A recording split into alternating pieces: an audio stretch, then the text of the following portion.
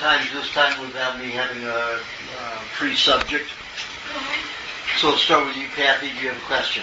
Oh, yes. Before I want to start, I want to leave some cards out. If anybody is aware, we have these chemtrails geoengineering program, but they're going to have a conference August 17th through the 19th at the Wilshire Eagle Theater. And we're going to have, they'll have some entertainment there.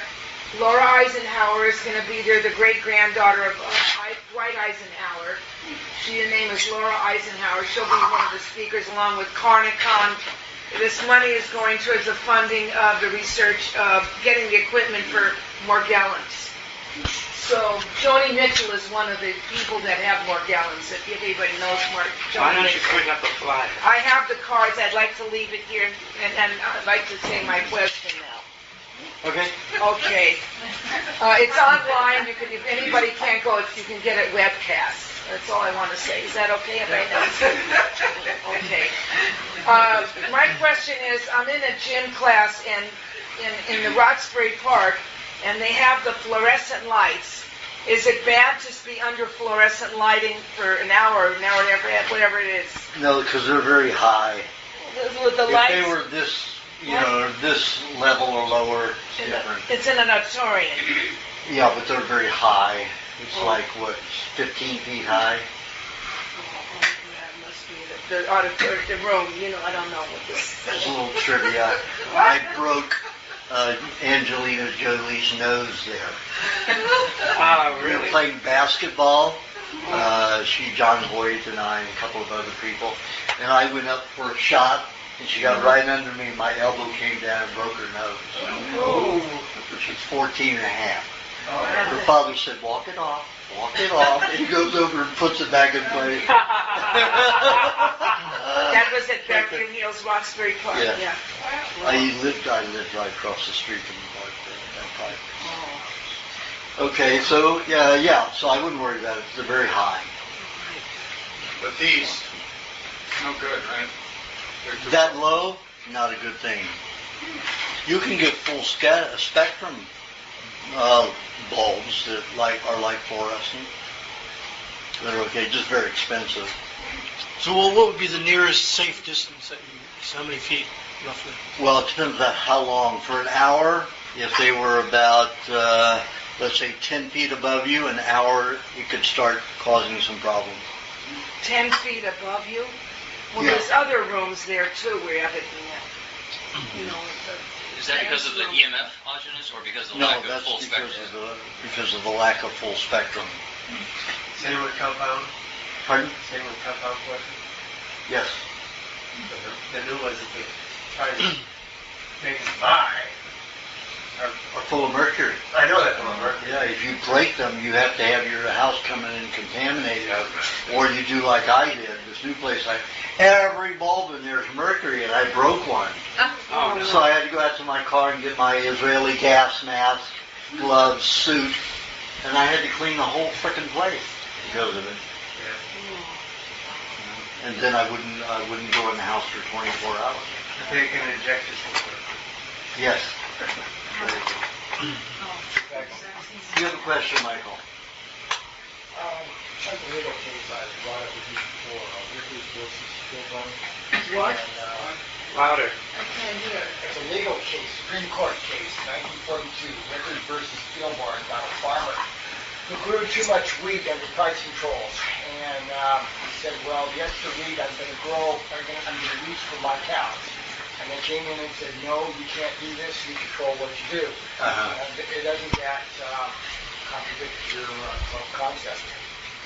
It does, but there are more rulings in favor. That's just one. In that particular vicinity, they got away with it in that particular vicinity. But there aren't many rulings like that. There are rulings that have stated the opposite. And it wasn't the person who did it, the farmer, didn't do his pleading correctly. He didn't cite the Constitution as he should have, and cite a lot of other positions in favor of the Constitution and our right to be able to grow what we wanted. they were going on Commerce Clause in that UCC. That's not constitutional, that's UCC. He was in to the Commerce because he had a working farm. In my clubs, these are not commercial farms. They're not licensed, they're not permitted by the state or county or anybody. That's why licensing is an issue. Pardon? Then that's why licensing is an issue. Yep, that's why I don't have that. Any of my farmers get a license or permits. Once you're in that trap, you're in that trap. It's a bad ruling anyway. Oh, it's bad, yeah, because then they can dictate what you do. That was a bad ruling, though. That's what we ordered. Oh, yeah, that was a bad, absolutely. But, you know, they were all in favor of Wheaties and General Mills and General Foods and big companies, which are mainly owned by the King and Queen of England. To trust. You have a question? Sorry. You kind of know, but I was going to ask anyway. A flesh-eating bacteria. Why? Okay. You know what flesh-eating bacteria are? I think they're mutant. Yes, those are mutant, the one you're talking about, like an Ebola.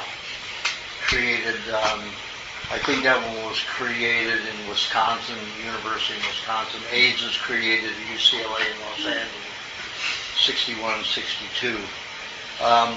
But there are no true bacteria that will eat up the body, like Ebola. It's the chemicals that are in the vaccines, like they put the Ebola and the AIDS in vaccines, the smallpox vaccines in Africa. The U.S. government and the British government pooled together and had 125 million smallpox vaccines contaminated with AIDS manufactured. And then they gave it to all of the people. They went and donated their smallpox vaccine to all of these poor African countries. And of course, these are ignorant people. You know, they don't know, they're not educated on what's in a vaccine. Nobody thinks about what's in a vaccine. They automatically believe that it, you know, restricts and prevents diseases. And there's absolutely no research that proves that. In fact, Pasteur proved it wasn't true. Every animal, every human he injected died. Absolutely every one. But what they learned was they put formaldehyde in a vaccine. That's what they did first. It stopped the anaphylactic shock. It was killing people. See, when the body registers that much disease in the blood, the body says, oh, I'm dying. Because you have this mass amount of poison, diseased tissue in the blood where it doesn't belong. The lymphatic system is supposed to prevent it, but when you inject it into the body, it gets right into the bloodstream. So it caused anaphylactic shock on every animal. Then when they put the formaldehyde in it, it lowered the incidence of immediate death or death within a few days by 50%. So they needed to lower it more and more. So they have all these pools of poisons which distract the body from the disease that they're putting in there. And disease is a small part of it. The idea that you get injected with, let's say, 600,000 disease cells that's going to make a difference in your body is an absurdity. But you have anywhere from 23 to 67 toxic ingredients in every vaccine. Every one of them is toxic on their own merit, much less in a soup of poisons. So it forces the body to deal with all those poisons, and it doesn't even have time to think, oh, I'm dying. 60,000 cells won't do that. When Pasteur was doing the concentration of diseased cells that he would put in there, along with pus. And that's a problem, too, because those are white blood cells. And white blood cells are like red blood cells. They have to be blood type familiar. So injecting that kind of contamination at the rate that he was, which is probably about 6 billion, parts per ounce for 5 millimeters or centimeters of fluid. It was pretty concentrated. And he did various amounts to try to experiment, but everybody died. All of the animals. Not one ever lived in any of his experiments. The whole thing about Pasteur was that he pasteurized. He had a friend who had an orchard, and a fungus got into his orchard because he overwatered it. He didn't care for his property properly, and he was new at being at having a vineyard, so he didn't know what he was doing. So Pasteur said, "Well, let's, before all of the mold eats up your grapes, let's take the grapes, because they'd already been picked, so the mold was spreading fast, and let's pasteurize the grapes and then crush them." And that stopped the fungus.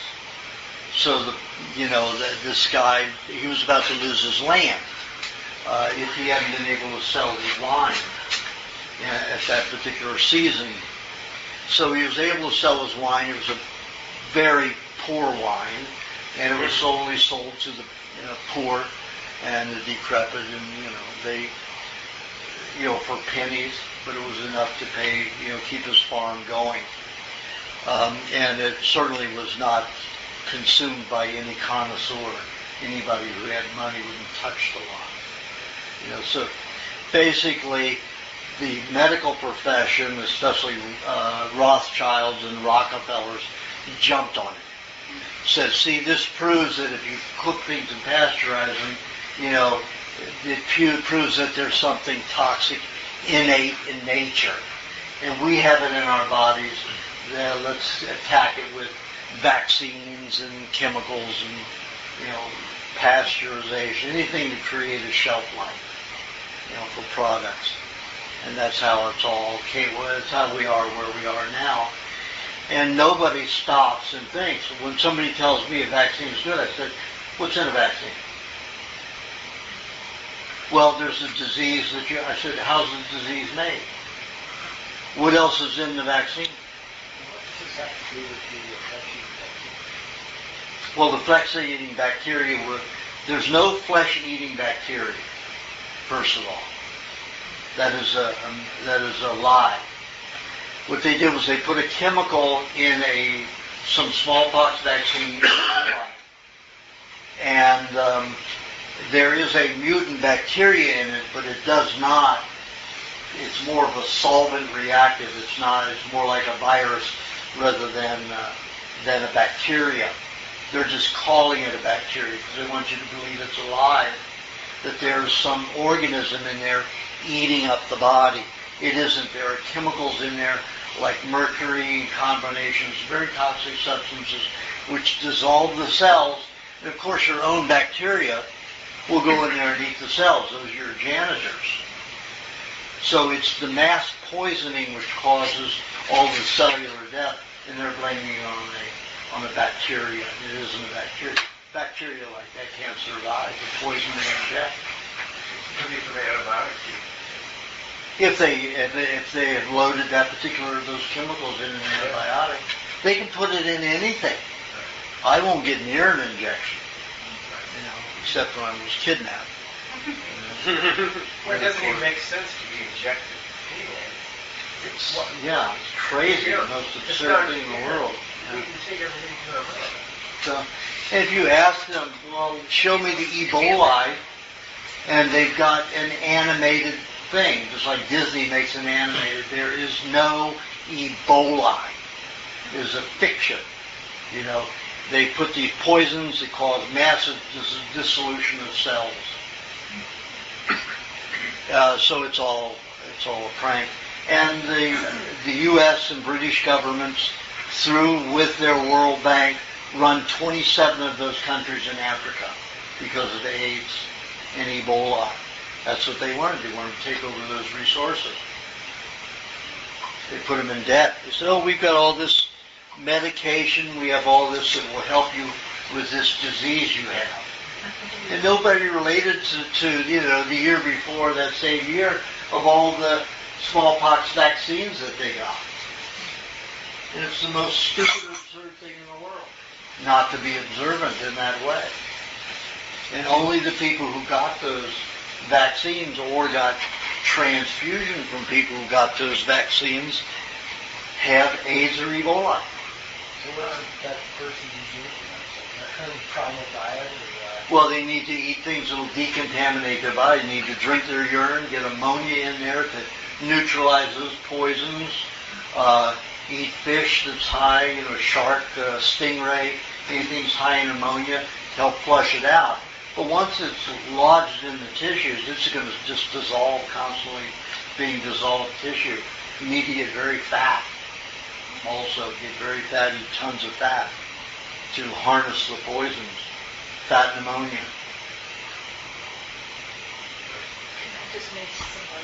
Normally,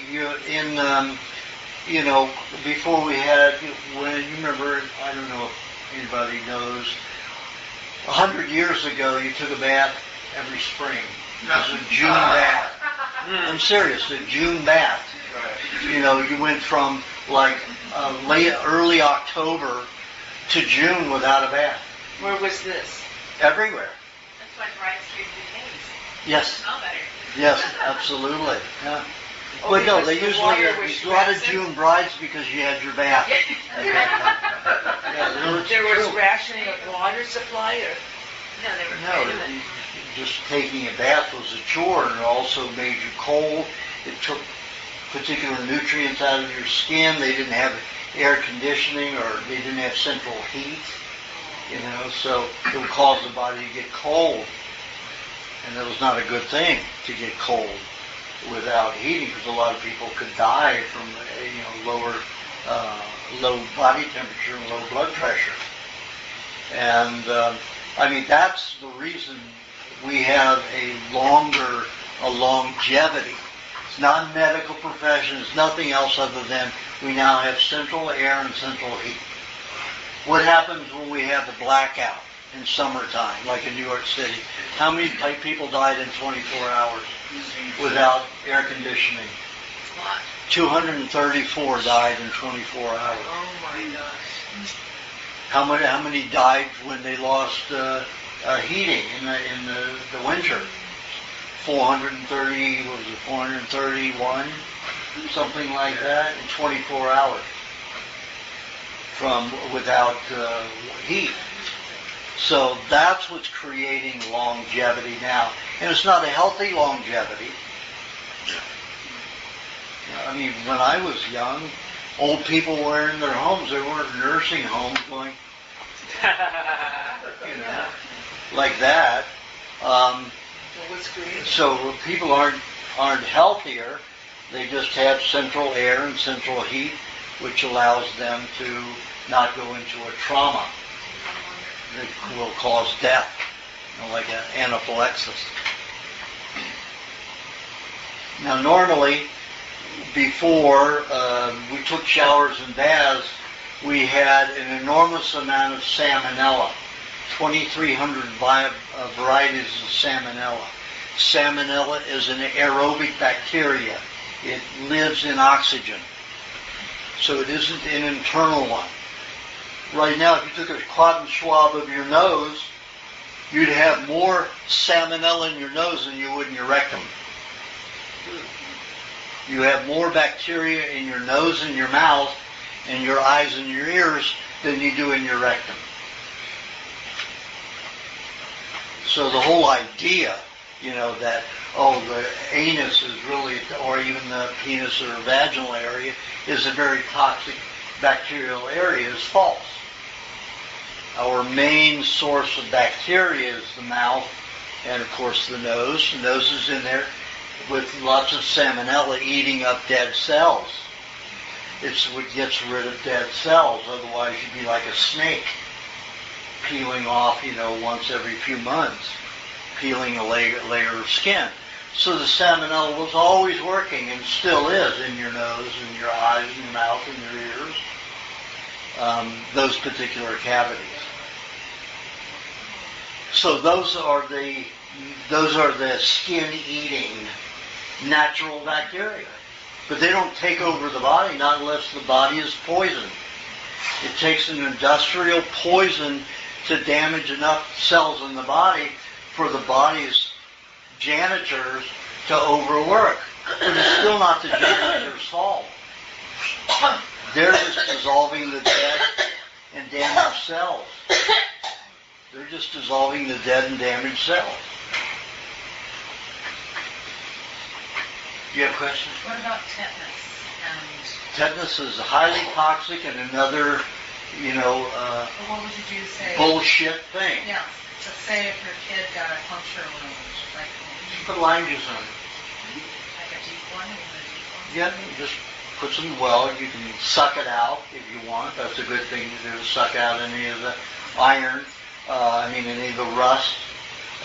But just put, swab the area about every 3 hours with lime I'm juice. sure there is. Lime juice will surround the metal poisoning, the rust, so that it doesn't activate. See, when any foreign substance gets inside the body, that's okay. You do what you have to do. I can speak over and I can repeat. It's okay. The rust or whatever it is needs to be dissolved, to be removed from the body. And a lot of times those particular substances like rust, which is, a decomposing iron, decomposing metal, that's what rust is. It is decomposing. Usually has to have, or always has to have some kind of water or moisture in contact with it. You put a piece of metal in the desert without any rain, it will never rust. Once it rains, it starts rusting. It's a natural deterioration of metal. So you can put the lime, you can just squeeze the lime juice onto whatever. Right, absolutely. And that will go in and that will coat the little particles. And then your body won't be using white blood cells to surround it, so you won't have pus. You won't have infection. That's still a good thing if you have white blood cells to go and help protect you, but that's a loss of a lot of good white blood cells. The white blood cells' innate job, exclusive job in a healthy body is to eat dead red blood cells. When a red blood cell dies in the blood, the lymphatic system isn't responsible for dissolving it like every other part of the body. The white blood cells will eat that red blood cell. That is their food. That's what they were meant to do. That's what they call phagocytes. To eat dead cells, eat the red blood cells. Otherwise, the bloodstream would become very, very toxic with dead red blood cells. Because, you slough off and die every hour. Some are dying. And those white blood cells are there to eat that and to relieve carbon dioxide, carry carbon dioxide. The red blood cell is strictly for carrying oxygen to the cells. They don't take the carbon dioxide out of the body, to the lungs or to the skin to be expelled. The white blood cells do that. So the white blood cells have two jobs. The red blood cells help get rid of carbon dioxide. Red blood cells have one job to do, and that's to transport oxygen to cells so that they can use fat as energy. So lime juice is your best. Lime juice will surround it. Do you have to force it in? Like, if it's a deep puncture one? Do you have to Yeah, I would rub it over that area and let the child scream a little bit. It's like they used to put iodine or mercury on it, the Puricone, it's a mercury poison. You scream to high heaven, Yeah, But this is lime juice and it won't have the toxic effect. But it will surround it. When I had those two motorcycle accidents, on asphalt, I had all kinds of asphalt particles. I went across the pavement hard and long. And I had all this asphalt in the muscles because I had no skin. And even shaved down in the bones in some places. And I just I did a lot of screaming. I bit on, a towel and to reduce the screaming. But I put that on and it coated all of that stuff. So when I put the honey and raw meat over that, it all healed in 12 days. All that skin was replaced. All the bone was replaced. I mean, all this bone was gone to here. And all of it grew back within 10 weeks. And no infections, no pus at all. But what I had for the next 2 years was little pieces of asphalt that would come out like a little wart. And I would just scratch them off. And there would be fresh skin underneath. And only the lime juice can do that. Lemon juice will not. Lemon juice is a bacterial inciter. Lime juice is just the opposite. It restricts bacteria. That's why if you marinate with lemon juice, it's a good thing. It helps create bacteria to marinate foods in. But lime juice is just the opposite. It restricts bacterial growth. And oranges, are those what? Those are bacterial. They incite bacteria. All the other citrus. Except lime. Except lime. All the other citrus except lime incites bacteria. And that's what we want. 90% of digestion is bacterial.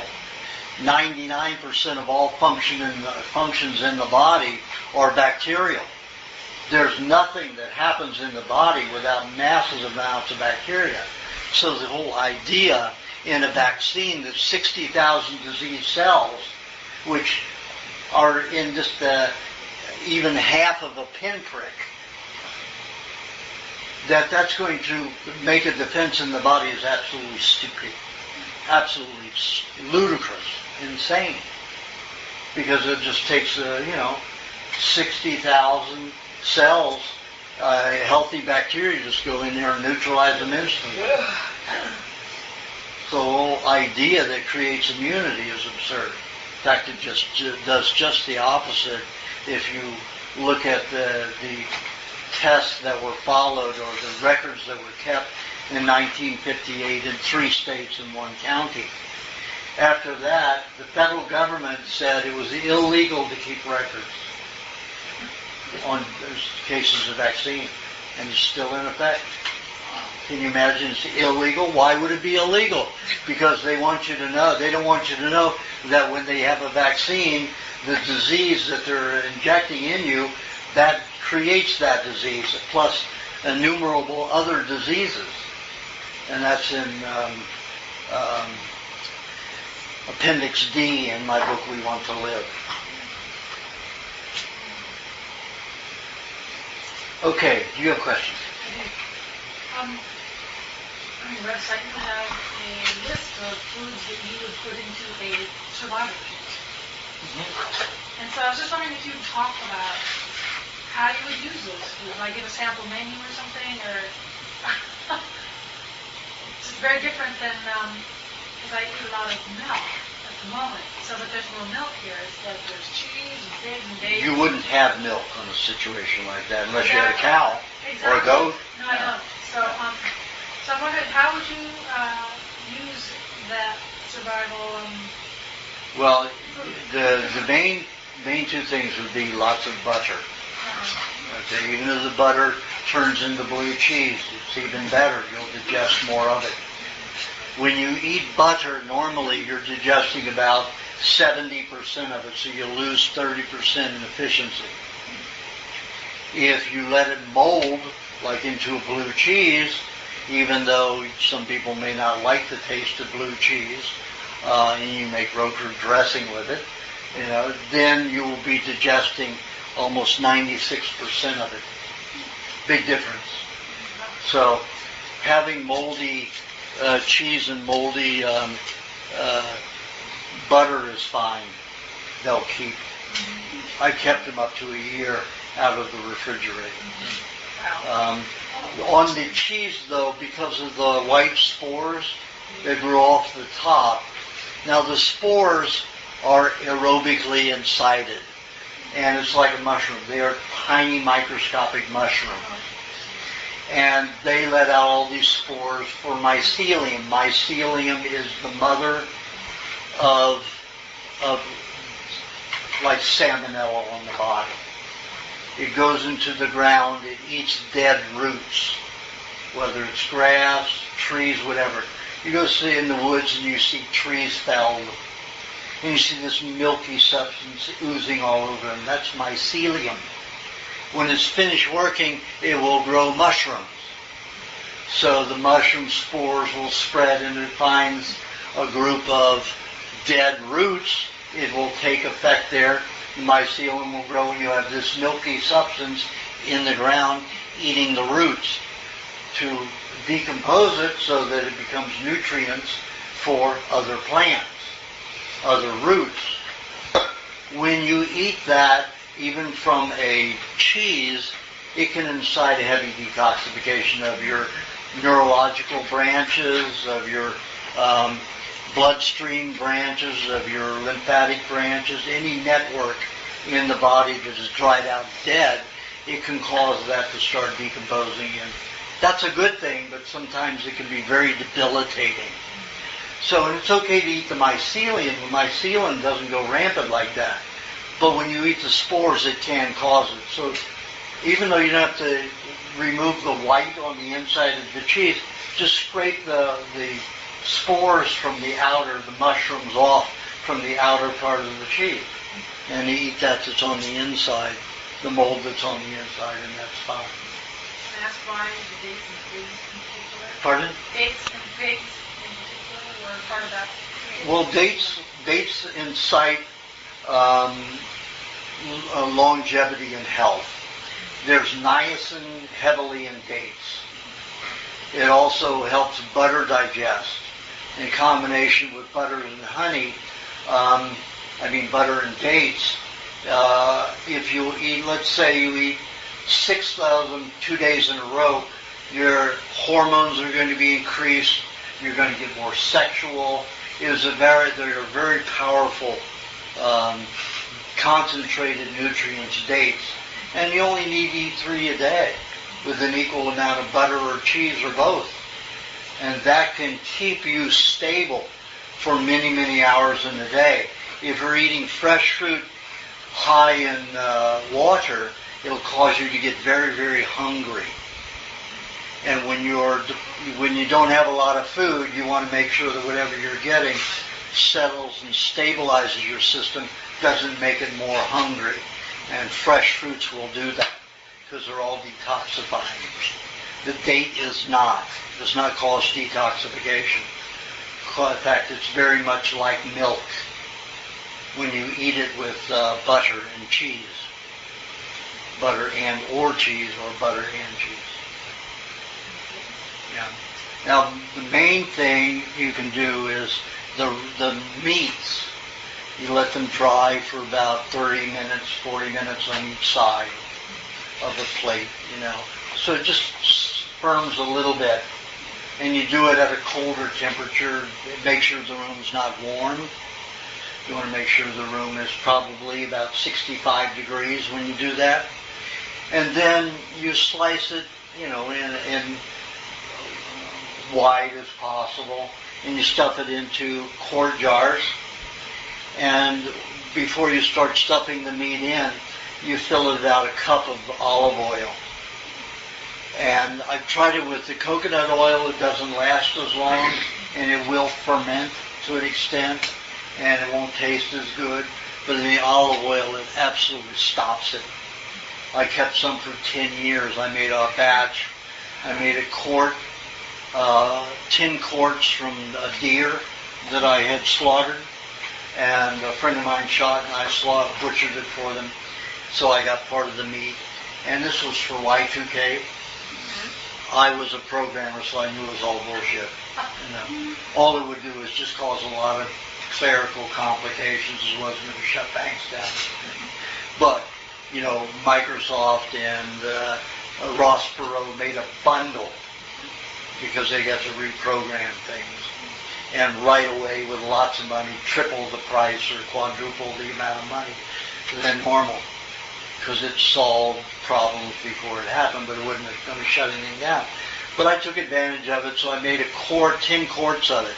Each year I opened a quart. At the end of 10 years, that was in the olive oil, almost like it was fresh when I opened it. So when you stuff it in there, you'll see the olive oil coating everything and getting high up. And then when it comes to the point, you need to put more olive oil in there and stuff more meat in there till all the meat's coated and covered. Then I took beeswax, beeswax with honey in it, and I put the top on it and then put the lid on tightly. And that's the way I canned them, jarred them to preserve them. And, if you're not heavily active and you're in a situation where you need, you don't have a lot of food, you could eat, a third of a pound a day and do quite well, very well, as long as you're not physically active and doing a lot of exertion. And then you have the dates and the honey and the cheese, the dates, the butter, and the cheese along with it. Honey is always something if you start feeling like you're not digesting properly, then you can always have a tablespoon of honey here and there to incite, digestion, help your enzymes. It doesn't help bacteria, but it helps you produce enzymes for digestive enzymes.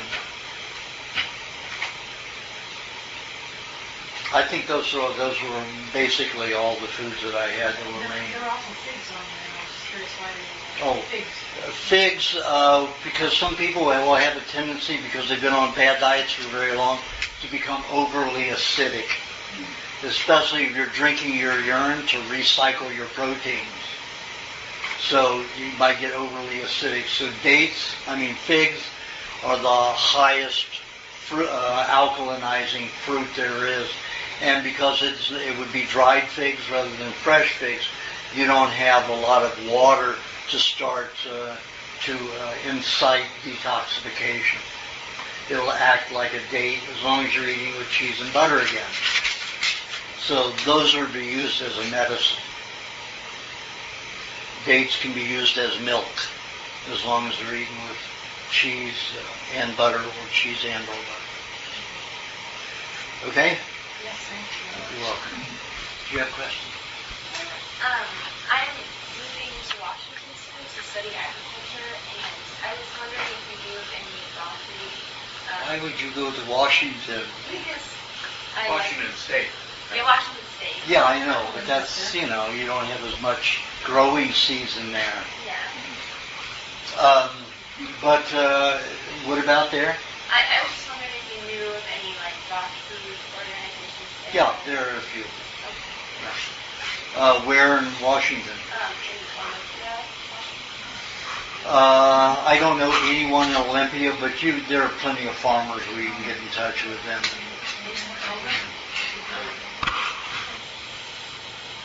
Yeah, you can always visit. And a lot of times people they say, I go to the farmer and they don't want to risk anything. And I say, spend $30, $35, give them We Want to Live. Every farmer that's read We Want to Live, by the time that they're finished with We Want to Live, they are out there because they're angry. If raw milk and raw butter and raw dairy products create that kind of health, they want to make it available.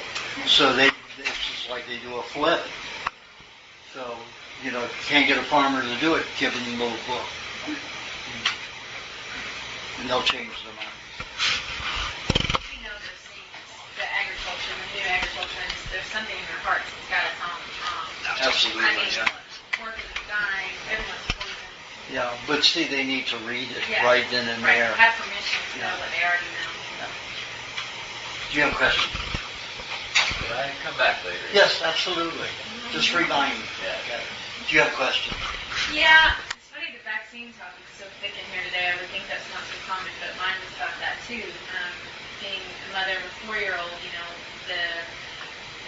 what they suggest and recommend, there are over 30 vaccines recommended to children before the age of 5, whereas in 68 by the time of 15 now. Yeah, and when I was 5, I had 5 or 6. So the kids born in the 90s got it the worst, and a lot of those kids are, that's an autism. It's just And can you imagine an injected baby the day they're born within I wouldn't hours? even let them figure out. But my question is, I have a lot of mothers in my circle who don't, they're just scared, they're scared not to do the right thing, but yet their kids are Asperger's, and they're basically, the vaccine damage, when you look up the definition of heavy metal toxicity, right. They're the same. I mean, like, in terms of what the effects are. So, when I heard you online speaking about the high fat, the primary substance that dissolve and bind with the toxicity is the animal fat and the butter. I mean, it may be hard for me to get some of these moms to get their kids to eat raw fat, but butter I think I can do. So will butter be enough, just like massive amounts?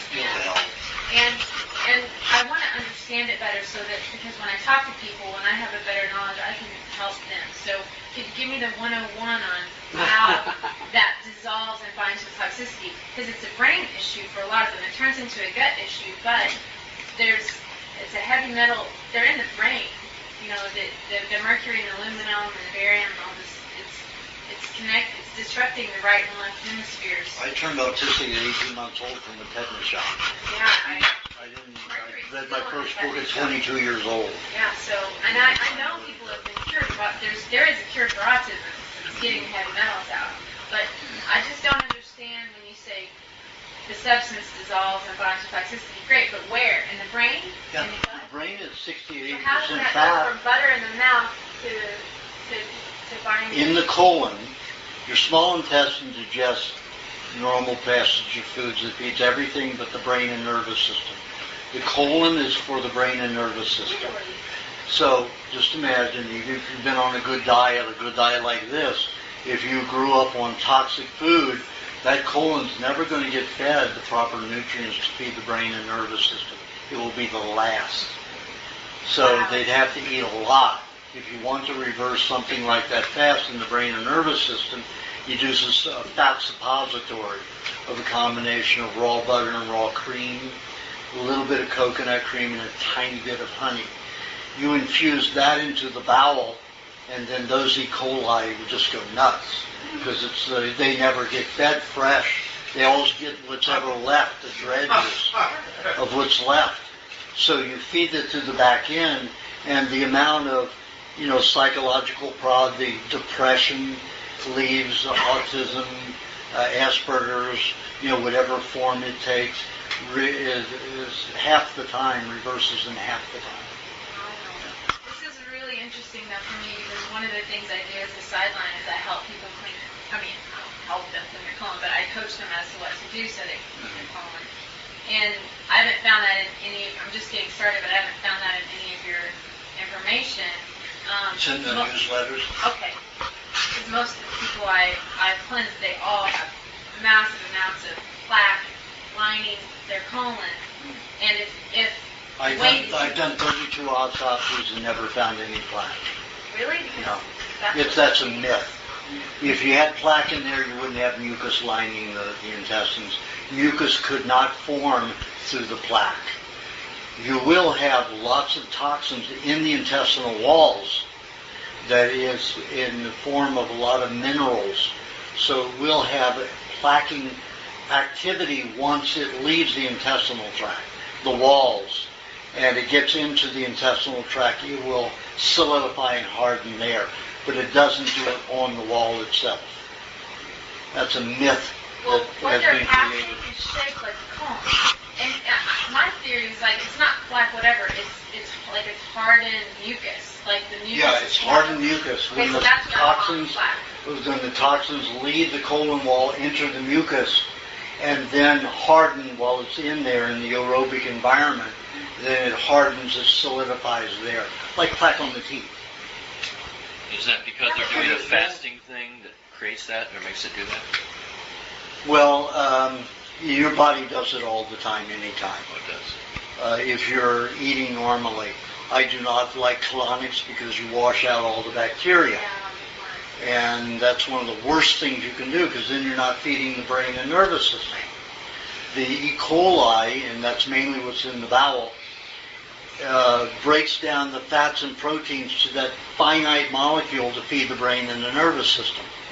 That's why when people eat high meat, they're eating it already bacterially decomposed. So when they drink it or eat it, then it's automatically feeding the brain and nervous system, and they get giddy and happy.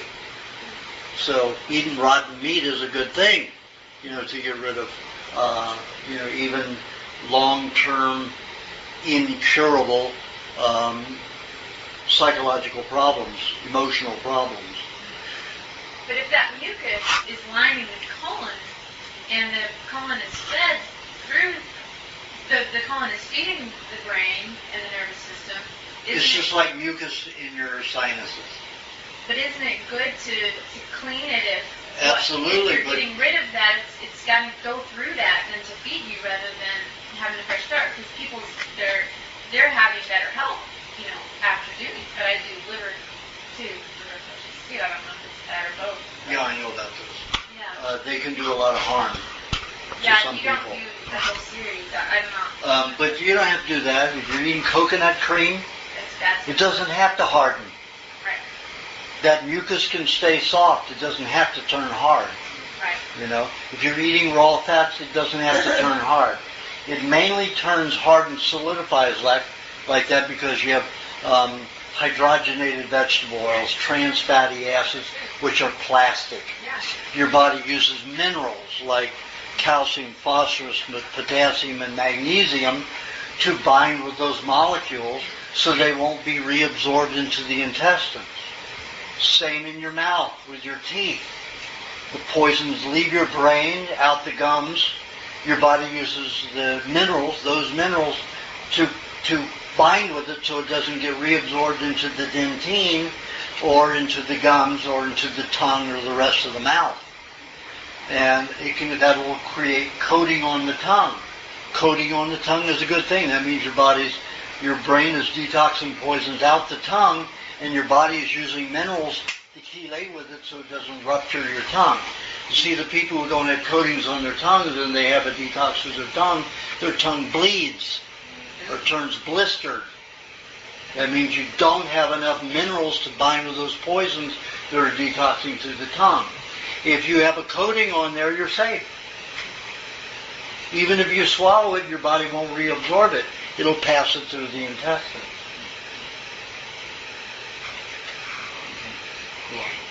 Roger, do you have a question? What about raw chocolate? It's fine. I can only eat it once a month, or else it wires me. I only sleep 3.5 to 4 hours a night anyway. And if I have that, I won't sleep hour and a half a day. So I have to, and it will make me tired, and it can make me a little irritable. So I have to limit it, and I do enjoy it, and I'll enjoy it once a month.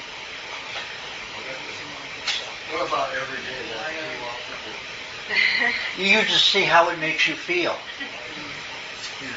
If it doesn't wire you, if it doesn't make you irritable, then it's fine. If it's making you irritable, does that mean it's just not your adrenals? Not adrenals, it's stressing your nervous system. Nervous.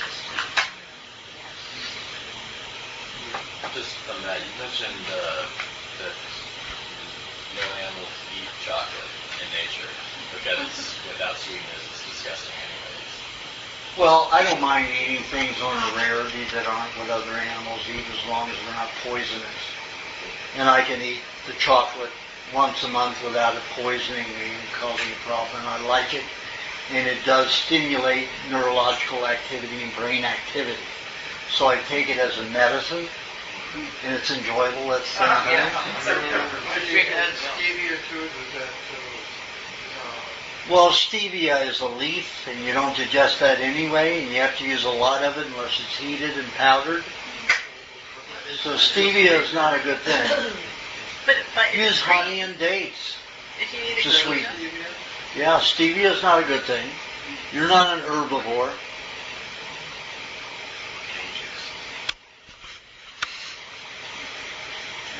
Do you have a question?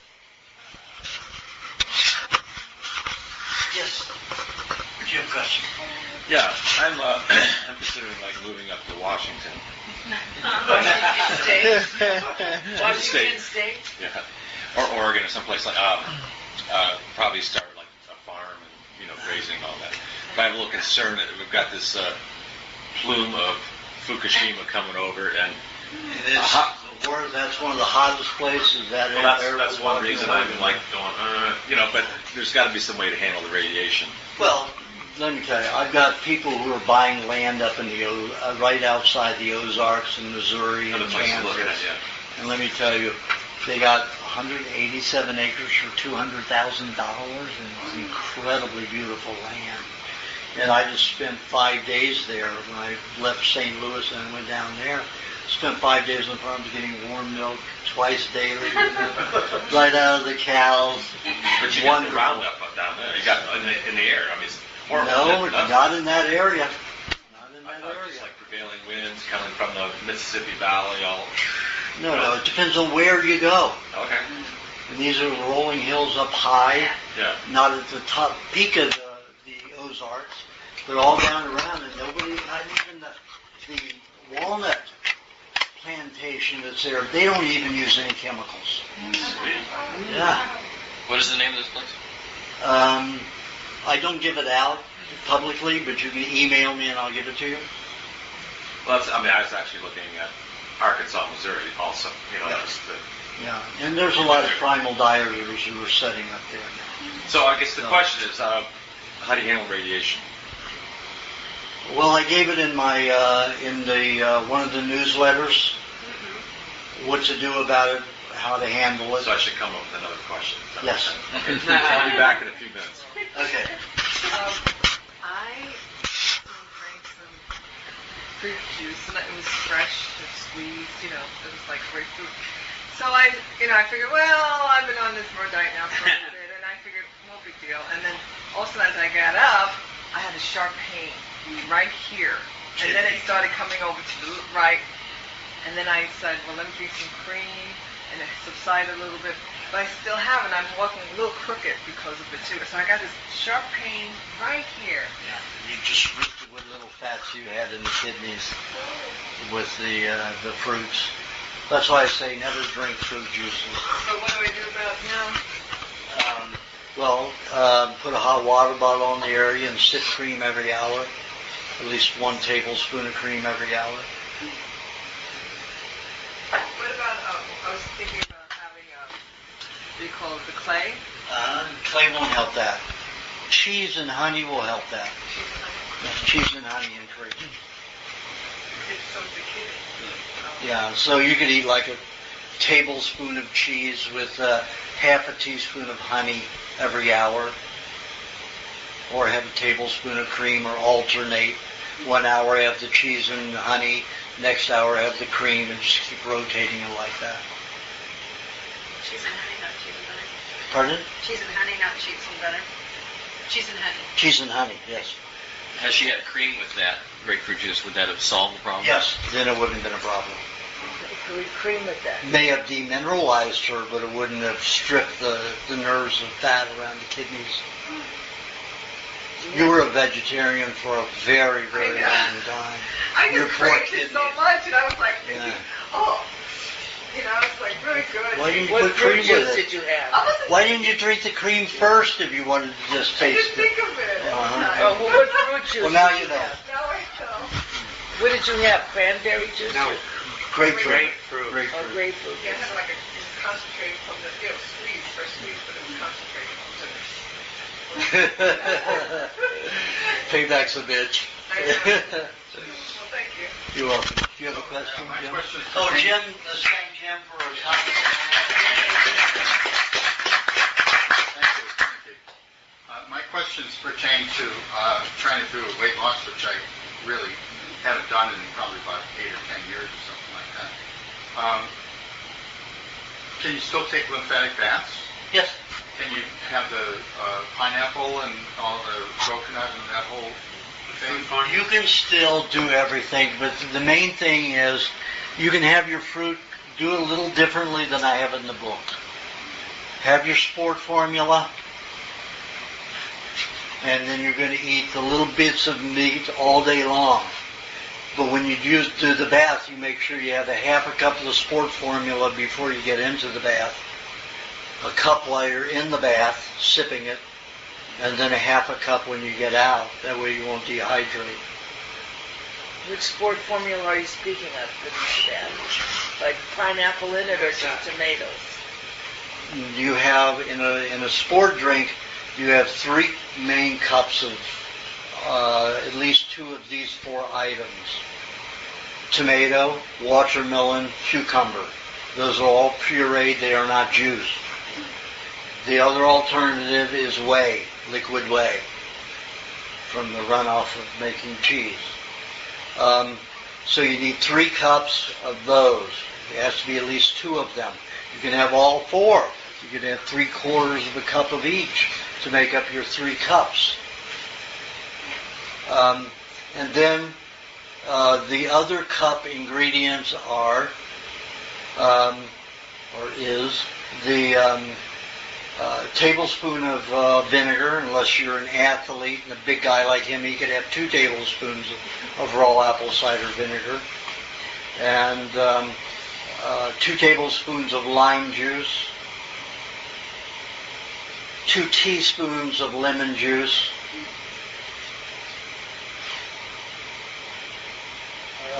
about 2 tablespoons of honey, 2 tablespoons of dairy cream, 2 tablespoons of coconut cream,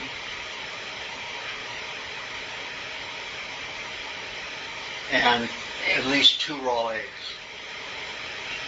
So that's got to make a cup. So if it takes 3 eggs to make the cup, 3 eggs to make the cup, then you have a quart. Blend it all together. And you sip on that throughout the day.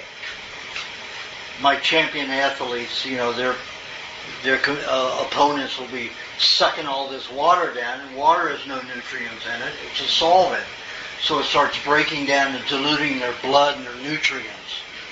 So my athletes will just sip on a quart of that over a 5-hour period, maybe a quart and a half of it, and they'll just start wiping them out near the end, because the other people have no stamina by sucking all that water.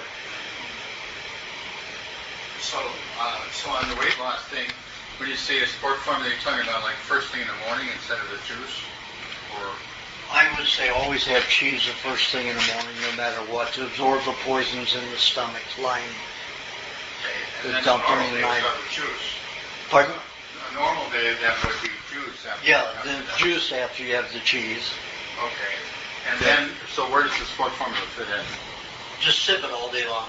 I see. And alternating with meat when I'm hungry. Correct. And make sure that you let at least a half an hour pass after having some sport drink before you have a meatball. Okay.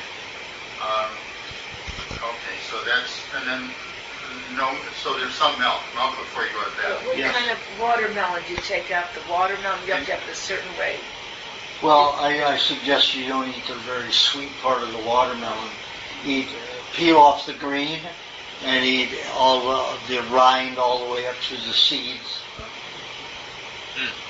You're the only person I know that can pass up on the sweets. And I get leg cramps and hand cramps if I get too much sugar. So I can't handle it. So you cut off until the seeds. Yeah. Okay, Even you can, if you don't mind removing the seeds, you can have all the way up to where the seeds begin, all the way down. But then from the seeds to the center, I won't eat. So I can have milk before I go to bed, and then what if I wake up? I'm sure I would wake up in the middle of the night, like 4 or 5 or something. Suck an egg. But doesn't that sort of get digested and vanish in a half hour or something? It'll still, the blood has to go 5 hours without nutrients to cause a protein deficiency. They have the red blood cells start eating each other for protein. So every egg could last 4 or 5 hours? Well, you could eat 2 of them for your size. Eat 2 of them and go back to sleep. And now, if you can't sleep, then have another half cup of milk. Okay, and no honey? No honey. Okay, and milk throughout the day, forget it at night. You drink the sport drink. I mean, if you, let's say your nerves are getting a little frail, then have a half a cup of milk sometime during the day. And if somebody's on the weight loss, can they have high meat just like normal, you know? Absolutely. But you have to have... They can have only high meat if they like. I have several people that only eat rotten meat. They won't eat fresh meat. For example, I have a fellow who was antisocial, probably the most negative man I'd ever met in my life. Bear of a fellow, 6'1", and I mean built like a bear, depressed his whole life, antisocial, and became a landscape artist so he didn't have to deal with people. And he went on and off the diet for a year and a half on and off, and I said, listen, called himself Tarzan. So out there in the trees, trimming trees and stuff. So I said, Tarzan, you know, you have to try the high meat just one time to get out of this depression so you can stay on the diet. Already a difficult diet, you know, an antisocial diet. So he tried it. He didn't call me and tell me that he tried it. So I saw him at the next workshop about probably 6 months, 5-6 months after that. And he had 3 girlfriends. This guy hadn't had a girlfriend probably ever in his life. And wasn't gay, just didn't like people. And here he had 3 girlfriends, and they were all 10 pluses. And he's only a 5.5. But he only eats high meat. He eats 2 pounds of rotten meat a day. He only eats the high meat because it makes him happy, it makes him funny, charming, everything. Changed his life just like that.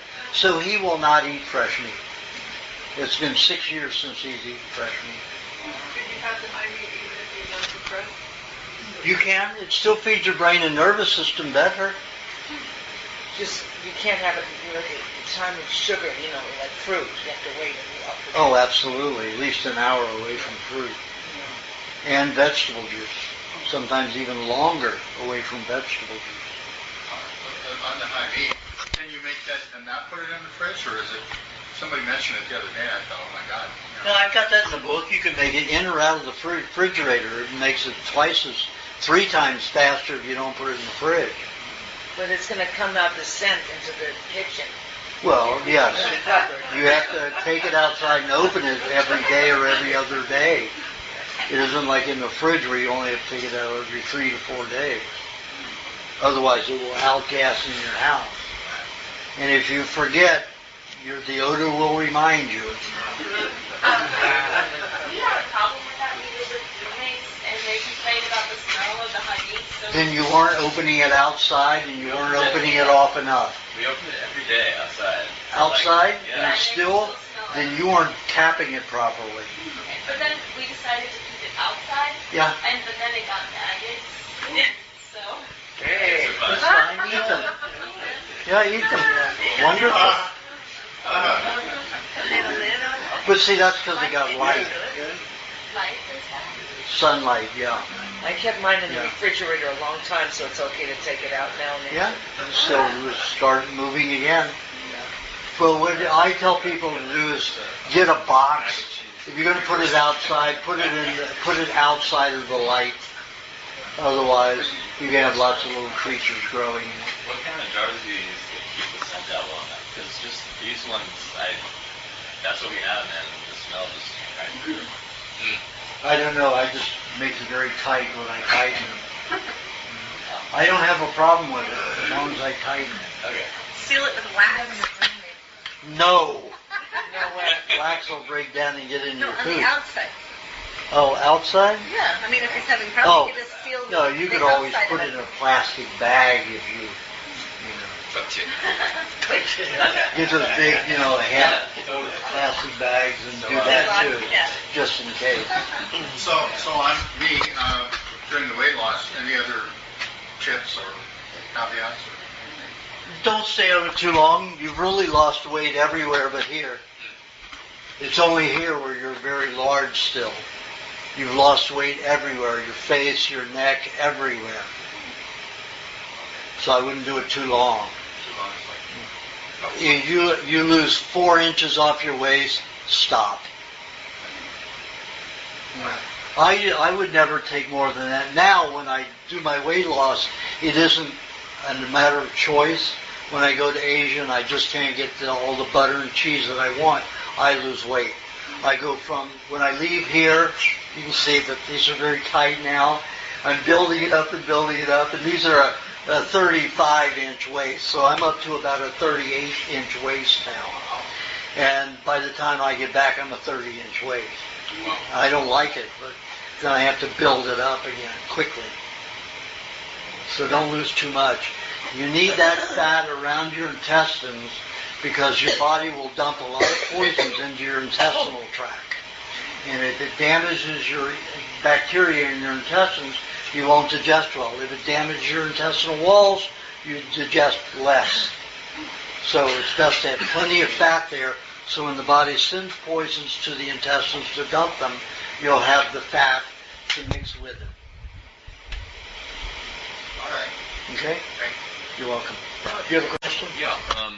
So along the thing of looking for land, if I know you don't like Southern California, but if you were to try to look in Southern California, where would you look for a place to grow food, have land? It would probably be in between Nevada City and Mount Shasta. Really? That's not Southern California. Not Southern California. There's nothing safe in Southern California. Unless, pardon? Doesn't Shasta have a horrible lumen problem now? Yeah, but you're going west of it, in between Nevada City and Shasta. West or east? West. You're going east of Shasta. Oh, east? Nevada City's in Nevada. Nevada City's in It's in California. Well, it's in California. Grass It's Valley. right there, yeah. Yeah. So Grass Valley would be a good area? Grass Valley. Now, there's still some pollution up there. That's why I don't choose. There's still some people were using chemicals in their agriculture there. And is there good water there? Is that another reason you've chosen that area, or you? Well, there's less chemicals and less contamination. Yeah. That's the only reason. That's pretty far north, so that affects your growing season. Doesn't it? Absolutely. Yeah. Shortens it probably by a month and a half. Is up in the mountains a better choice than down in valleys, or? Well, no, then you're getting into a even lower growing season, a less growing season. If you go like we were going to do around Fraser Park, in that area, that's a pretty good area if you're going to be in California. Kern County. Just on the north side of Fraser Park. What is that area called? Gorman Fraser Park. The problem with communities up and around there. It's really important to have good water too, isn't there? A good source of good water. Yeah. Now, unhealthy family farms, which will soon become healthy family farms, because Sharon is leaving it. But it's still on the south side of the mountains. Pardon? It's still on the south side of the mountains more, isn't it? Yeah, but that particular mountain there is the only completely chemical-free aqua well in California. Oh. So it taps right into that one. The well you dig there will tap into the aquifer. And you can go up to that mountain and get your own water. You just turn on the faucet and fill your jugs up and take it with you. So that will be a working farm. You're looking into that place? Well, Lucky and the other investors have decided to keep it. Of course, they'll grow my way. My stuff my way. So we will have, it's not going to feed a lot of people because it's only 10 acres. But it will take care of, the investors and their families and me when I'm in town. And whoever else is, getting involved in helping out, with whatever's being done. Yes. What kind of food do you eat when you go out and you work in this for like a week? To where? Go where? The wilderness. In the wilderness? Yes. I do this, I take those survival foods. I take butter, When I went for 9 days in Hawaii, I took a mixture of honey and butter. I had one whole half-gallon jar of butter in what do they call that? That particular plastic. I need to suck an egg. Anybody have an egg? I see some there. I bought some myself. Here.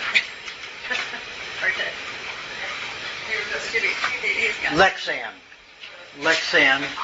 It doesn't leach easily. So I put about probably 4/5 butter and 1/5 honey. And I mixed it all in there. It didn't start fermenting until the 9th day that I was in. And I was backpacking all over the Big Island. And I did go into markets once in a while and get some organic beef. I didn't jar any of it and take it with me. I was living on a lot of avocados and some meat in the honey and butter. But that's what I do. That's the city. I'm saying that. No, I was out in the jungles in Hawaii. I was down in Waipio Valley. I had to travel 25 miles to find a store. So, but you can take dates and the butter and honey, cheese. Make sure you have lots of cheese with you. No salt. Never salt. I'm going to just take a minute to suck this. Everybody know how to eat raw eggs? Oh, yeah. Right out of the shell? Aajonus, you don't eat it raw, do you? No, I'm going to cook it. Okay, good. I feel much better. And to soft boil it. I'll put it up here. Soft boil it. Keep holding your mouth for But what I do is I break the integrity of the fat end with a tooth. I mean, you could do it with a rounded end like this and do it. You see, it's just... You have to do it with put it in a jar and drink it down? No. It's just that it will digest quicker and easier and get to my brain faster if I eat the egg white first. So I break the integrity so there's no hole there. If I put a hole at the other end, there's a hole in this end, it's going to leak out. I break the integrity here because there's a membrane that connects at this end and this end. And if I don't fracture it, that won't collapse. And it's going to be hard to get everything out of it without breaking it open. So here, then, that's flat on it, or here, on something rounded. You know, even here would be okay, but not on a pointed end because it will make a hole. And then on this end, I go down on the tooth to create the hole. The sharp end. Yes, the sharp end of my tooth. And then I suck out. I don't turn upside down because the egg yolk is heavier, and it will move to here, and I'll then suck the egg yolk out first. I don't want to suck the egg yolk out first. I want the egg white to go to my liver, nutrify my liver to make the bile to digest the egg yolk. That way, it'll only take 27 minutes to make it to digest your egg, and it will turn into glycogen very quickly. The protein from the egg white that doesn't go to the liver will go right into the digestive tract and form glycogen to feed the brain and nervous system. That's why when I start losing words, I know that I don't have enough blood sugar in my brain, so then I'll suck the egg white first.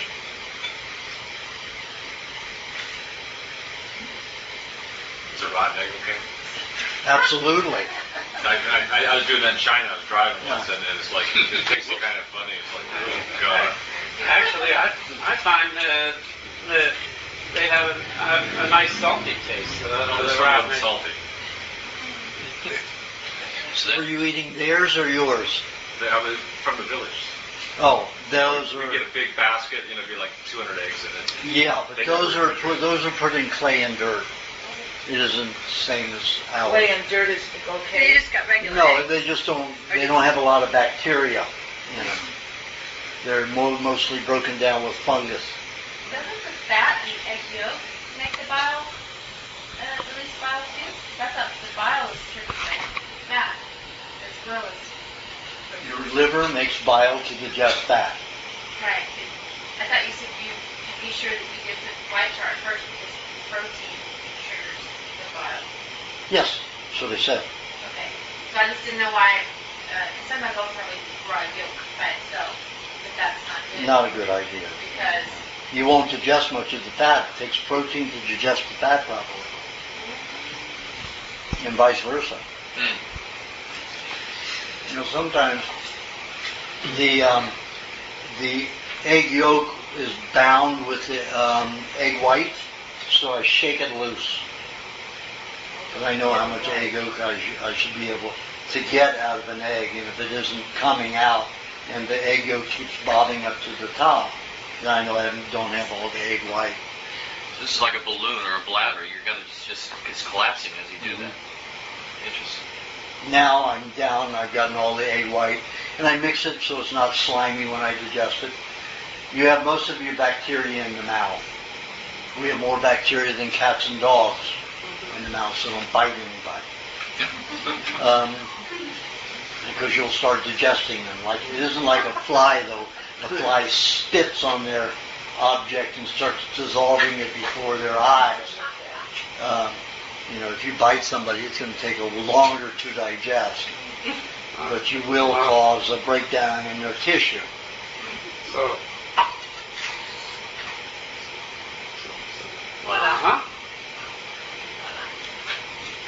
See the membrane collapse. If I hadn't broken the integrity of the shell, it would not have collapsed inside. So I've eaten every bit of it. Yes. Well, when I hit this end, I'm not. If I were to suck out of this end where I fractured it, I'd be getting pieces of eggshell. Once in a while, I'll get a chip of eggshell, and I'll just swallow it. So not the pointed end is where you crack it first. No, the fat end is where you fracture. No, the pointed end is the pointed end is where you make the hole. Okay? Do you have a question, Fred? Yeah. Anytime I get lots of sun, for a couple of days afterwards, I'm usually completely drained. I just come wondering why, or is there anything I can do to mitigate that? Some people, when they get sunshine, it will drain them of energy. Why that is because all of a sudden they've manufactured a lot of vitamin D that can now clean the bones and cartilage.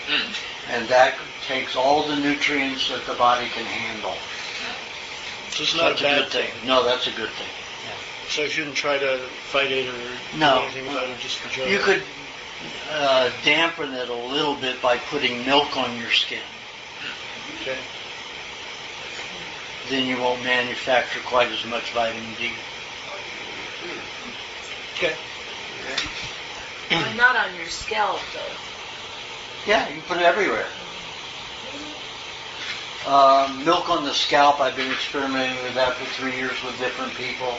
It does thicken the hair, doesn't necessarily help new hair growth, like butter, a combination of butter and bone marrow does. That'll help regrow hair. I'm just not vain enough to bother with it. So milk will actually thicken the hair? Yeah. Actually, thicken the hair shaft. Wow. But not produce faster hair growth at all. Now, in other words, new hair that's you've lost. Yeah. It won't help regenerate new hair. It will help existing hair grow thicker. Like if could you do something with milk and butter? Put like a mask on your scalp? Well, that would probably help regenerate follicles. Really? But if you're putting half bone marrow and half butter on there, even better to help regenerate. I know a lot of people who are vain enough to do it. I'll do it once a week while I'm here getting a massage. I usually get a massage once a week while I'm here in town. When I'm traveling, I don't get any massages. When I'm in Thailand, I get massages with butter or coconut cream, just not bone marrow. So I will put that on my scalp or the massage therapist will put it on my scalp when I get a massage.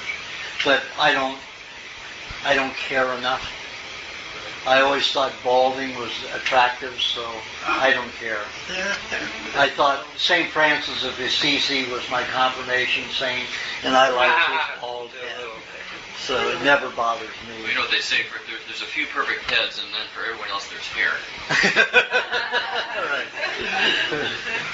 Hey, Aajonus, they also say that if you take a shower that day, then you won't manufacture vitamin D. Is that true? Because you're washing fat off of the skin, and therefore you're washing the collection of radiation that was in, or the light, the full spectrum radiation in the fat. You're washing it off.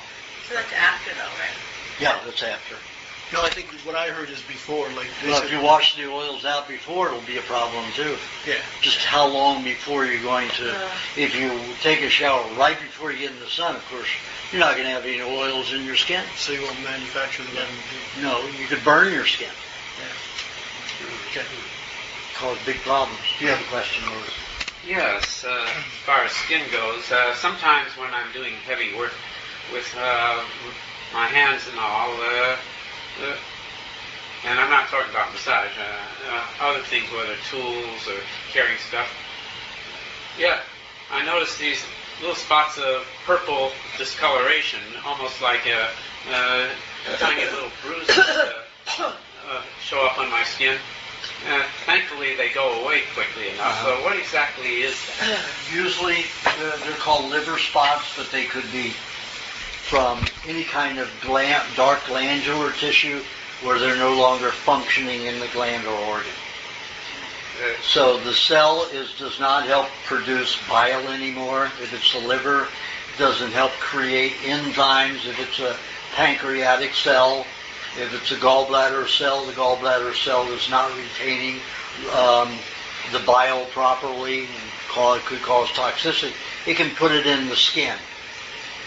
That's what liver spots are.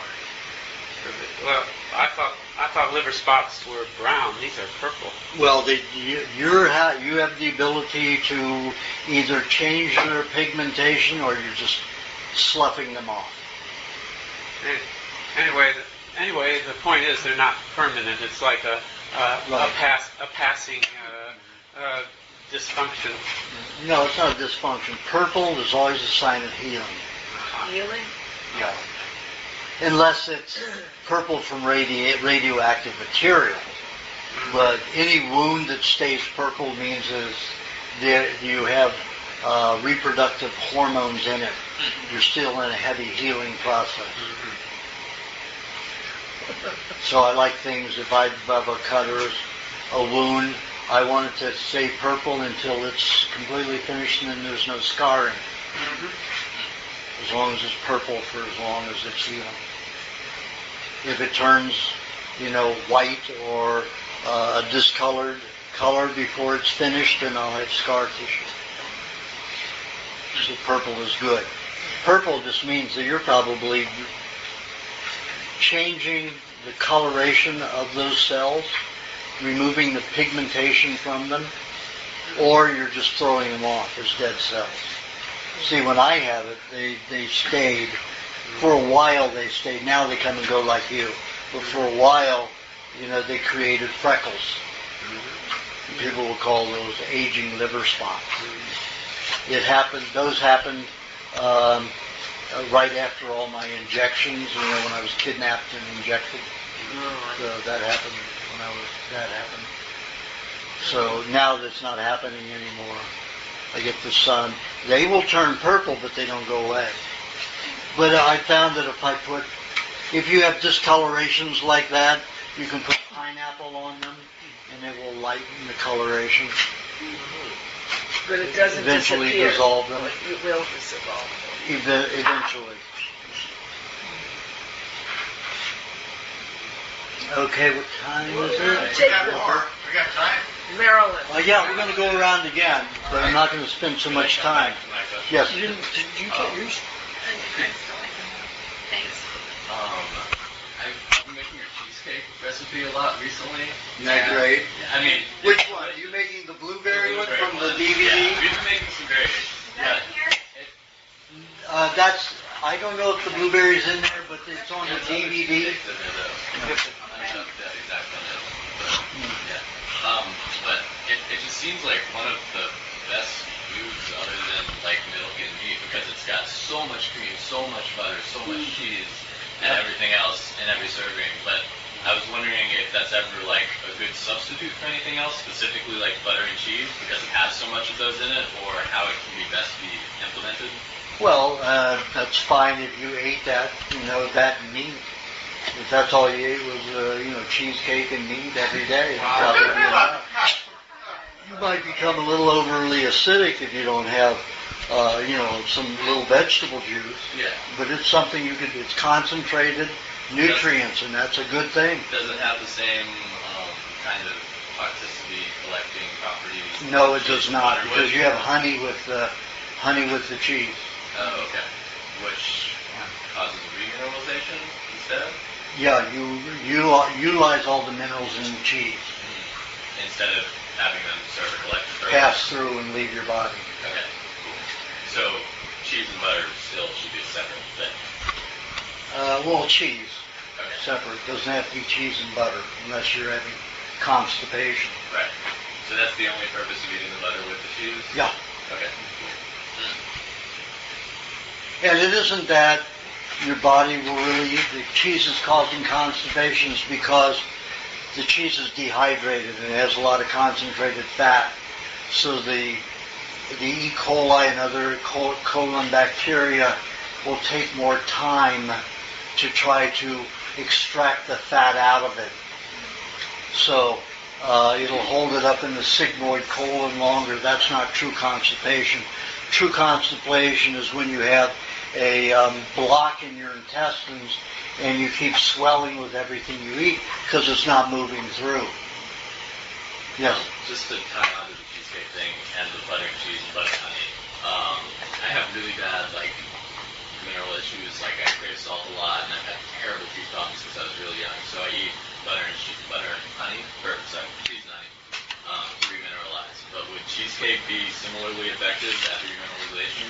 If you're putting the honey in the cheese part, the cheese butter part. Yeah, I put it on that. If you put the honey in the butter and mix that together and then put it in the cheese, it will not work. I do the whole fill. Yeah, all simultaneously. Yeah. Then yes, it will release the minerals. You will digest the minerals in the cheese.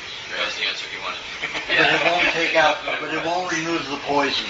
Okay. You have to eat separate cheese to do that. Yeah. What about when you eat cheese with fruit or something like that? Is it acting as a sponge or is it acting as a... It act as a detoxifier. And you will digest some of that cheese and maybe reabsorb the poisons. Yeah. Unless it's cheese and dates or cheese and figs, dried figs. Cheese and apples. Cheese and pears, any fruit with high pectin. Cheese and berries, because of the high pectin, will detoxify you. And you won't reabsorb. But it's only specific fruits that are high in pectin. Dates are high in pectin. Figs are high in pectin. Berries are all high in pectin. Apples are high in pectin. Some pears are high in pectin. So that would be a fruit meal? The schedule things? That wouldn't be the same. It wouldn't behave exactly the same. What you would have? But that's when I would have it in place of a fruit. I don't have a lot of cleansing fruit anymore because it will just, I don't need that kind of cleansing anymore. It'll just put me to sleep, and I like to stay focused. So if I eat a normal fruit meal every day, I'll take a 2-hour nap in the afternoon. It means I'll be getting 5 hours sleep a day. And I need to be more productive than that. I'm happy if I get 3.5 a day, keep it at that. 4 at maximum. Is that how it's always been? Oh no, when I was very ill and sick, I was sleeping 22 hours a day to get well. But now that I'm healthier. Are you seeing that in a lot of people you treat that they don't need as much sleep? They don't need as much sleep. Yeah. A lot of people are now, they've been on it for 20 years and 20 years, only getting 5 hours a day. And that's normal. 5 hours should be normal in a healthy individual. So So I have a question. About the only raw food I can get to my son in China would be cheese. So how should he? Why not butter? I mean, I got to ship it from here. So? Okay, I'll ship butter too. Okay, so I have plenty of people living in foreign countries. Aruba, Philippines, their family ships them 20 pounds at a time. Okay. Well, so I got milk. I mean, I have raw. Okay, cheese and butter. So yeah, how cheese should and he butter. eat it? How you ship it? I mean, not how to ship it. How should he? You know, it's like I got to get my wife to go along with Make this. a cheesecake. Something the child will like. Oh, he'll eat cheese by itself. I mean, but there's like certain foods that are local, like some fruits or something. Well, I mean, if he's not getting good local food, then at least give him something that's going to build his system. Right. So something with honey, with the cheese and butter, rather than just using it as a fill. Just use Did you spinach. have a question, Marilyn? Still thinking. Pardon? Still thinking. Okay, we'll come back to you. Gonna hop around. You're eating right now. We'll come back to you. Michael, question. My headaches are related to eye strain. But when I talked to an eye doctor, he said it should only last a couple hours, but mine will last all night.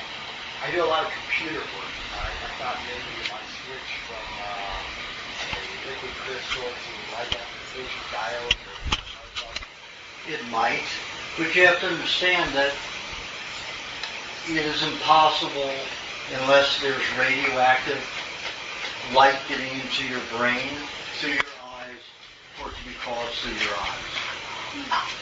Your brain, when it swells, puts pressure on the meningi. You know you have no nerves in your brain. So when you have a headache, the headache's always in the meningi, the skin or in the brain. So the brain swells, presses against the meningi between the skull and the swelling in the brain. That is a headache. So what's causing the brain to swell? Radiation can do it.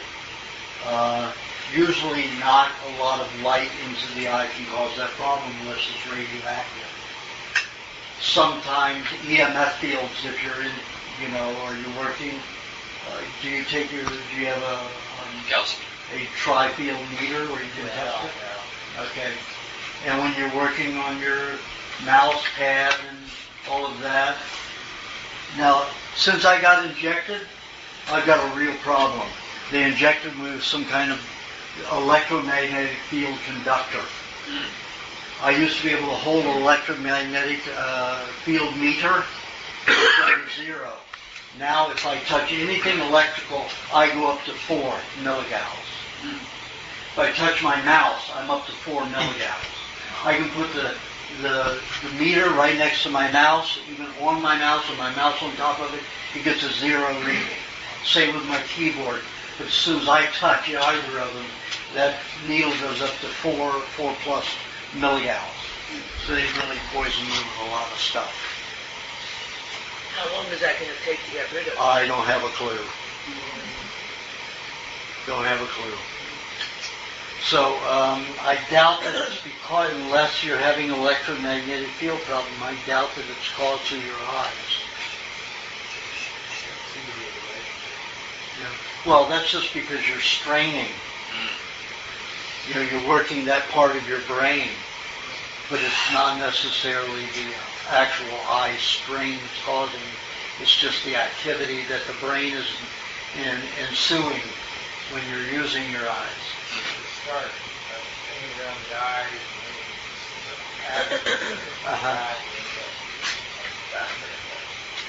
It sounds like radioactive material. Did you have barium for upper or lower GI? Okay, there you go. You eating enough blueberries? Well, what would be blueberries? Blueberries and coconut cream and cheese. And a little dairy cream. At least every other day. I have a real problem. Pardon? Cheese, I have a real problem with. Even by doing the suppository? Yeah, even with that. It's very controversial. If you're between a rock and a hard place, it's either, slow bowel movements or headache, which is your preference.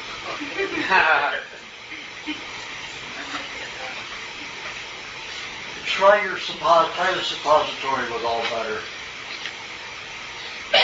Well, no, leave out the cream. Use butter and coconut cream.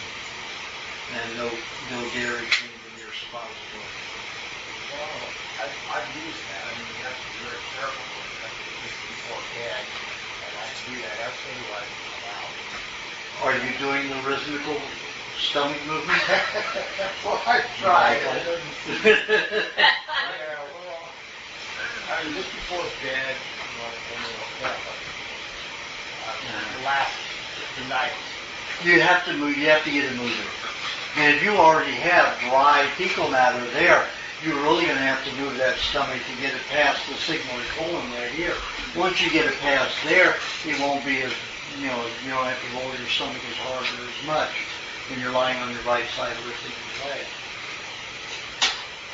But that initial part, you may have to roll your stomach for 4 minutes to get it to move. Yeah, well, it's like this. You stick it in your butt, and then once you get it in, you have to put your face down on your hands and roll your stomach like a belly dancer. And to get it to move past the sigmoid colon, the fecal matter in the sigmoid colon. Then you lie on the right side, and you lift the left leg, and you roll your stomach again. It'll move it across the transverse and down the ascending colon.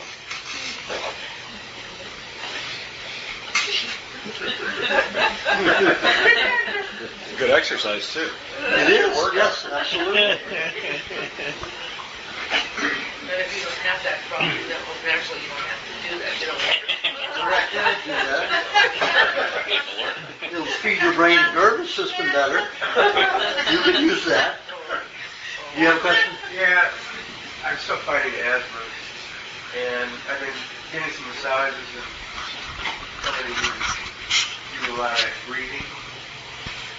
Just remember, asthma is not producing enough mucus to protect your mucous membranes in your respiratory system. Milkshakes are the only thing going to produce enough mucus. Oh, we ran out of eggs. Yeah. Just keep doing it. Okay. Every day. You may need 2 a day. I was drinking a quart a day. Yeah, that should do it. Quart a day. Just have to keep it up. Yeah. It's taken, I know the long-term asthmatics in their years past 40 years old, usually it takes about 10 to 12 years to reverse completely.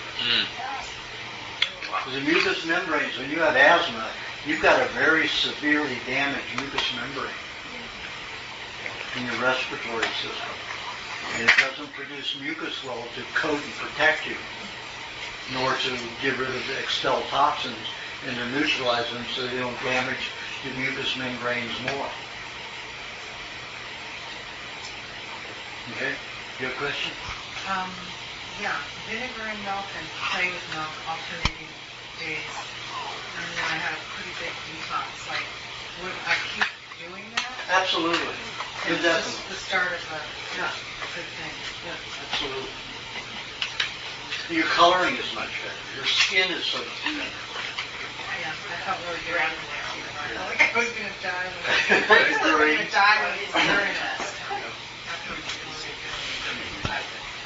That's what it is, people. When your body's dumping poisons, you're going to feel terrible because they're going to be irritating your mucous membranes, your nervous system, your blood, everything. But once they're out of there, your body is that less irritated by poisons that are stored in it. So you will always feel better once you've released the toxins. Let me jump around here to everybody. Yes. I have a question about thyroid issues, like taking thyroid supplements. Did you listen to my DVD? The workshop DVD? Okay. In there I explained that endocrine gland activity is for emergency purposes only. Healthy animals have only trace amounts of hormones The pharmaceutical houses want you to think that you need all these hormones in your blood. So you'll take and feed them with their lots and make them money bags. Okay? They want you sick. They want you taking anything that will feed them money. You don't need hormones. If you're on a good diet, you don't need hormones to generate energy. That isn't where you're supposed to get your energy. You're supposed to get your energy from fats. Well, I have no energy, but I don't take any thyroid. Well, the thyroid doesn't have anything to do with energy. Thyroid protects the heart and lungs. It's the only gland where you have 5 backups. What is so important in the body that you have 5 backups for one gland? 1, 2, 3, 4, 5, 6. 6 backups because of the lungs and the heart. When I was doing my experiments with people, I realized that it was the heart and the lungs that the thyroid was guarding. It has nothing to do with hair loss, has nothing to do with weight, energy level, or anything like that. So I picked a football team, and I got a coach to contract with me that I got to stay on the field with them for a whole season. And any time, let's say an end or a runner, usually a quarterback or an end, would get hit 5 or 10 guys at one time and knock the wind out of them. And if they were out cold, usually what happens is they get hit so hard, they stop breathing. Their lungs stop and their heart stops. They've got 6 minutes to start it going again. So I went out there with a hypodermic. And when they take 3 vials of blood from you, absolute bullshit. They're only using less than a half a teaspoon for all of their tests. So when a doctor wants to take that kind of blood from you, say no. You get about 1/4 of a cc per 3 vials if you want. And that's it. Because the laboratories will just throw it away. They throw away 90% of it. So anyway, I agreed to only take a little bit, just a 1/4 of a thimble worth out of every 1 minute that the guy was unconscious. And you could see the thyroxine levels shoot up every minute until the person started breathing again and the heart started to beat. So hormones are for emergency purposes only. Now most people, because they eat toxic garbage, are always in emergency situations. So the body's creating hormones to give them energy and to provide fats to bind with poisons. That's not natural and it's not normal. If you have an energy problem, you're not digesting your fats well enough. Eat pineapple, maybe little chunks of pineapple all day long. Or a teaspoon of papaya all day long. And let those help you digest. If you have a problem digesting protein foods, then pineapple's the one you want.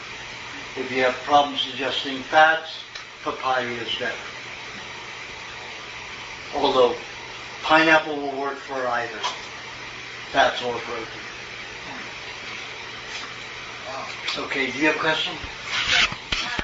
I broke my jaw in the beginning of March. What? Broke your jaw? Yes. And by breaking it, you mean you dislocated, or you actually cracked the bone? Here and here. And so when I sleep at night, the swelling goes down, and my teeth can fit together. But as soon as I wake up, it swells again, and I wonder if there's anything you could suggest to help the swelling. Pineapple, cheese, and honey help mend bone. Your bone's not mended yet. And you can put a hot water bottle there at night. So obviously you're not healing at night. Yeah. If all the water's leaving it. You're detoxifying dead cells if you're losing the swelling. But you shouldn't be losing the swelling at night. That means you're not healing, you're detoxifying at night. And night time's when you do 90% of your healing. Yeah. Now, when you use a hot water bottle, always wrap it in like a pillowcase. Flannel will keep it hotter longer. If you don't wrap your hot water bottle, it will only stay hot for 2 or 3 hours. If you wrap it, put it inside a flannel pillowcase and then roll it in it, wrap it in it, that hot water bottle will stay warm for 6 to 8 hours. Wow. Big difference. Huge difference. Okay, do you have a question? Yes. At the same time. Pineapple cheesecake be a good substitute? Pineapple what? Cheesecake. Yes, it would. That would be fine. And you can share it. Yeah, share it. I kind of have semi-constant breath problems, not like asthmatic or anything, but I find myself sighing and yawning a great deal, especially after certain foods, which are too many to even mention. That's an indication you have some kind of anemia or leukemia. You're not transporting oxygen well. Your red blood cells aren't transporting oxygen well. And what would you recommend for that? Meats and cheese, meats and bone marrow and butter together.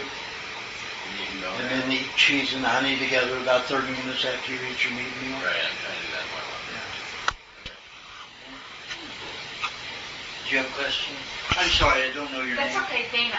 Dana. Yeah, no, I'm going to just look at it. I think it's something everybody else already knows the answer to, so I'm not. Okay, no. Roger. I have a friend that's about 70. He has very low energy. What would you suggest? Depends on what he's willing to eat. Well, you just tell me what is. Well, anytime you eat meats and butter together, you're going to get more energy. Also, cheese and dates together for somebody like that. Cheese, dates, and butter together will give them more energy.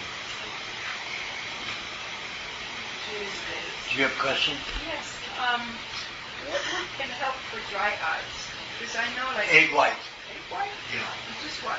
How do you do it? I just take an egg and I'll, make that hole in one end and I'll put a little bead of it there and I'll hold the eyelid down, the lower one, and I look up into my brain and I rub it along the white of the eye.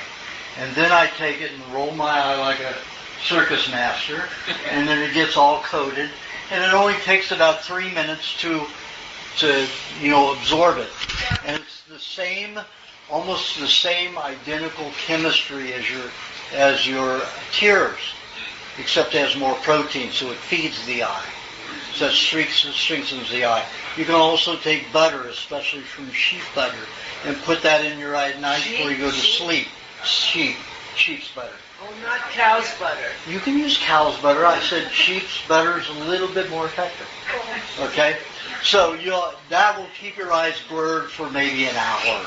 So you want to do that when you go to sleep. So how often do you do it? Because sometimes when I try to read it, and I get dry hands. Well, you can do the egg white as many times a day as you like. The butter maybe one time before you go to sleep. No, not at all. I've had people start off with some milk bottle, Coke bottle thick glasses, and in 3 years doing that, the egg white every day and the butter a few days a week, go from that to very thin glasses in a 5-year period. So. Do you have a question, Luke? Yes. When I was on my feet a lot, gathering signatures and all, standing long periods of time, I noticed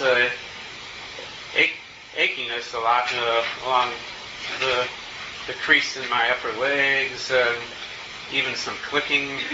Now that I've stopped doing it and have a more normal lifestyle, it's gone. Now, well, what causes that, and how can one if you have? There's not enough. What do they call it?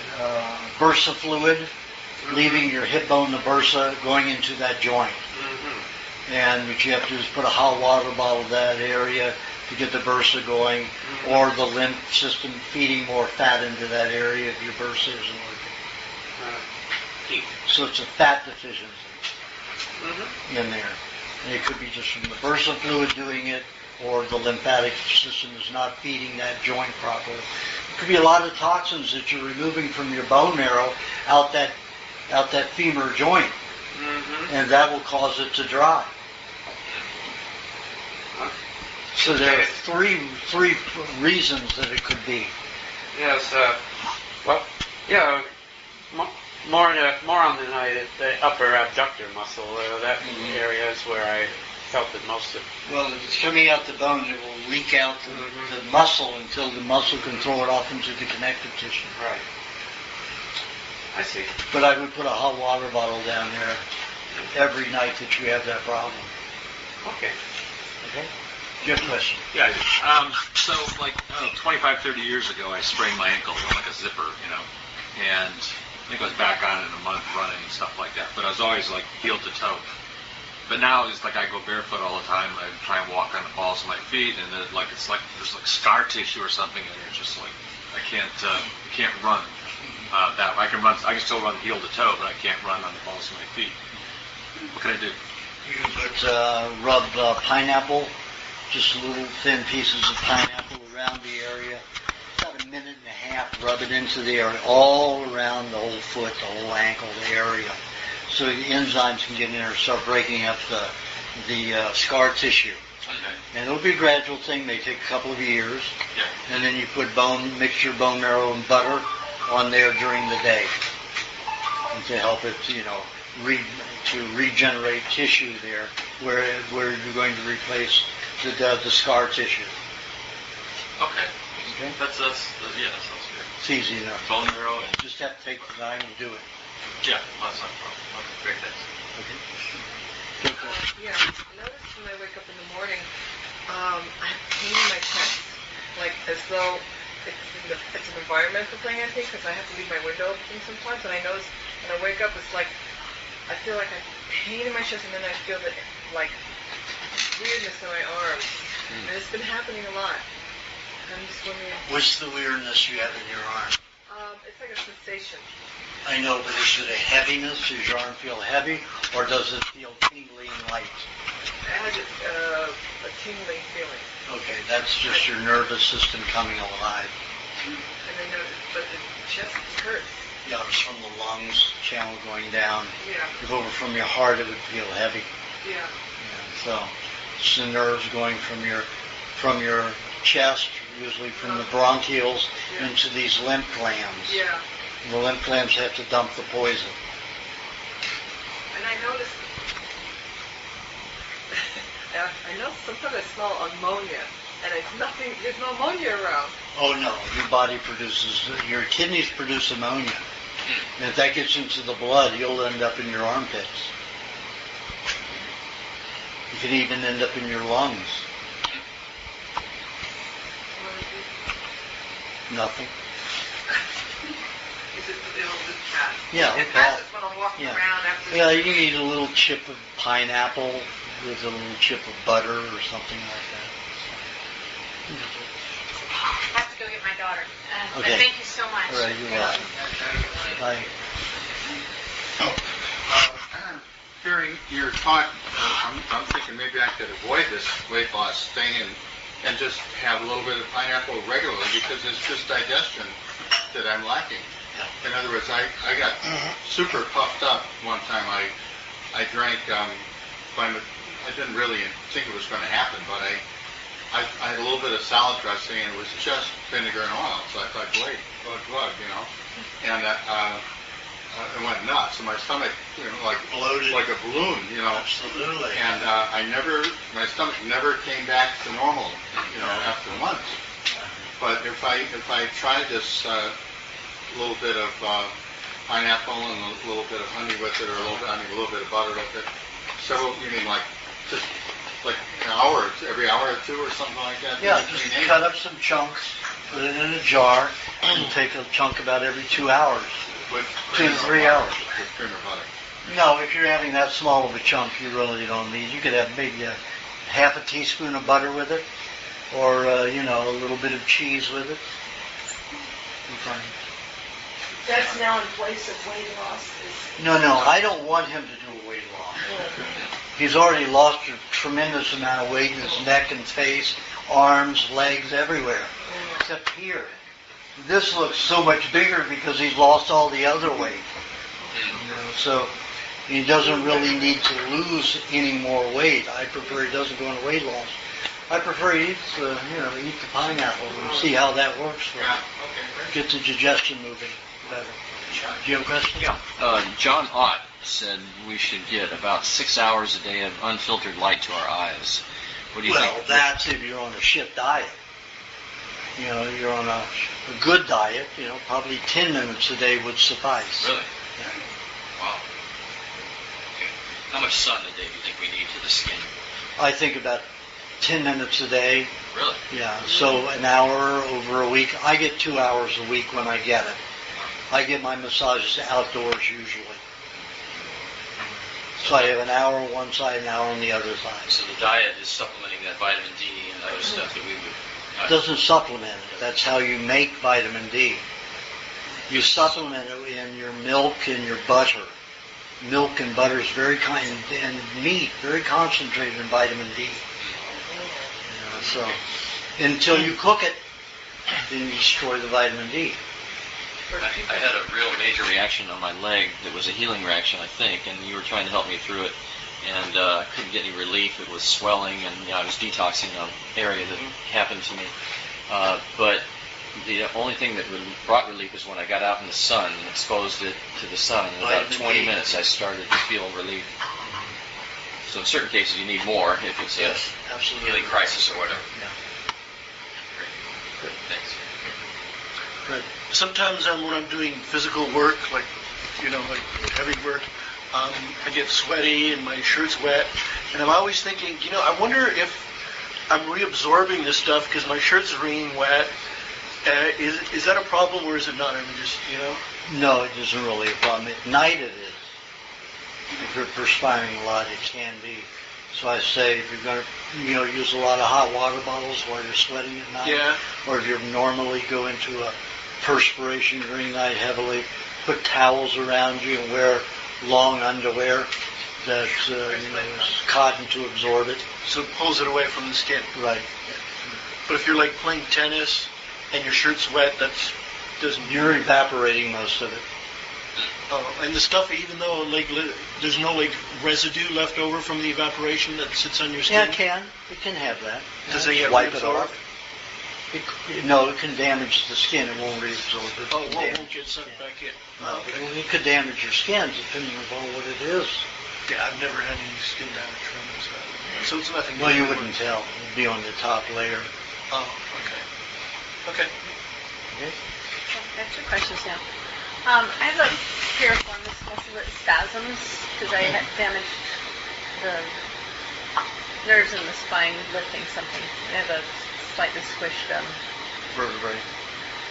The bursa, whatever. Yeah. What did you say? I damaged the cushy part in the spine, and so it actually affects the nerves in the. So if I lift things, a muscle in my butt will spasm.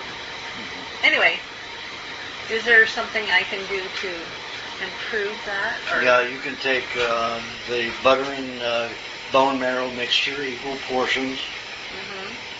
Like 2 ounces of each. 2 ounces of each of a tablespoon of pineapple juice. Take a piece of pineapple and squeeze a tablespoon into it. And then massage that into the area and then put a hot water bottle on it at night. Okay. And the other thing is, what could cause pain in your heart? Many things can cause pain in the heart. Even lactic acid buildup from heart activity can cause pain in the heart. But usually it's some kind of chemical, mercury, formaldehyde, something like that that's stored in the heart muscles. Okay. So I know mercury will cause pain. Yeah. Severely. Yeah. Thallium can cause pain, formaldehyde, Windex. Windex is one of the most toxic household substances.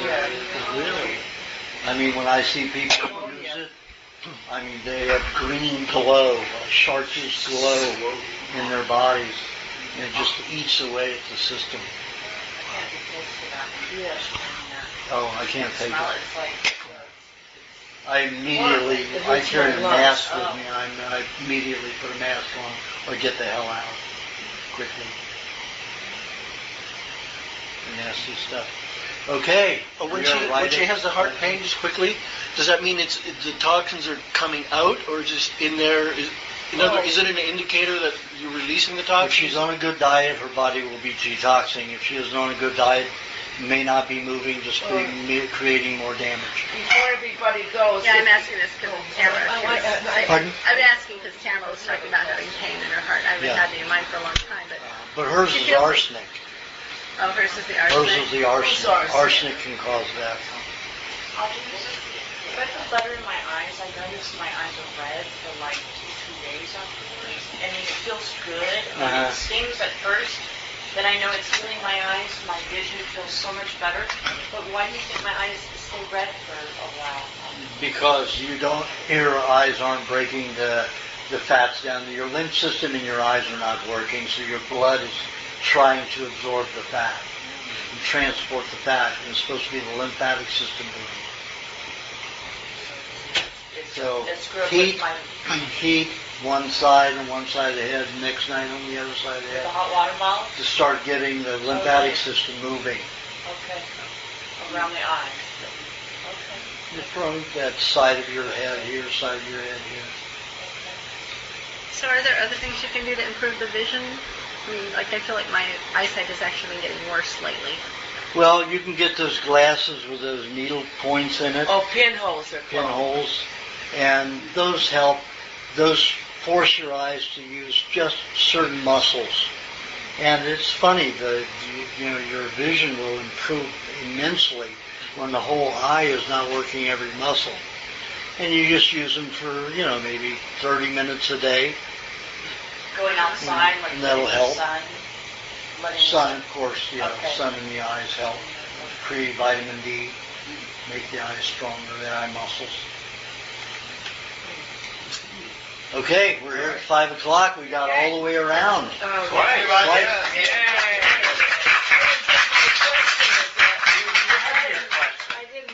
You skipped that. Because I was eating. Right, go ahead. You got 1 minute. Okay. I want to know, every time I go either to a lecture or something, I fall asleep. Everyone else is awake. I'm just... How much fruit are you eating? I just eat a regular amount of fruit. What's a regular amount of fruit? You're eating 1 fruit a day or more? 1 fruit a day. It's not normal. Then suck eggs. When you get sleepy, suck an egg.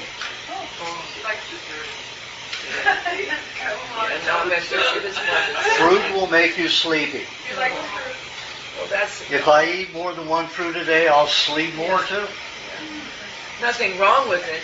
Well, you go into a heavy detoxification. And your body just has to poop out and not use any energy except on handling the poisons in the body. Anyway, thank you. Now, if anybody could take some cards and hand it to somebody that doesn't know about chemtrails, we are going to try to raise the awareness and get this mass of chemical poisoning of aluminum, barium. We did the test. High amounts of aluminum came out, and barium was the highest on it. So we have it on the LosAngelesSkywatch.org. And our group donated $200 to Mike Murphy's second film, Why in the World Are They Spraying? Now, you want to know why they're using so much aluminum? It enhances explosions. So when you put aluminum, if you put 15% aluminum in gunpowder, it increases the power of the gunpowder 3 times. If you raise it to 25%, it creates 5 times more power. So they're getting ready to blow us all up on certain vibratory levels. I can't hear 2 people at once. So by eating this diet, you're going to keep a lot of that aluminum harnessed. So when they start using the heart to blow us up, it won't affect us the same way. Other people are going to have explosions in their blood, in their brains, everywhere. Oh, really? You see people passing out behind you. Really? Wow. Once they start using HAARP on people. My father was part of that technology, so I know all about it. I have 3 gallons of milk and 2 dozen eggs. This will here, be but webcast. I'll take some milk. Take some of these cards. We're trying to stop this chemical poisoning in our air. Anyway, Thank all of you for coming. You want to take a bunch, a couple more? Thank you, Aajonus. So I'll see you in November. Marilyn, Fly safe. Angelia, how about some friends of yours in St. Louis? They have. Yes. See you again. Thank you for coming. No, give me all of them. Oh, you could take them there? Okay. You have people? Oh, good.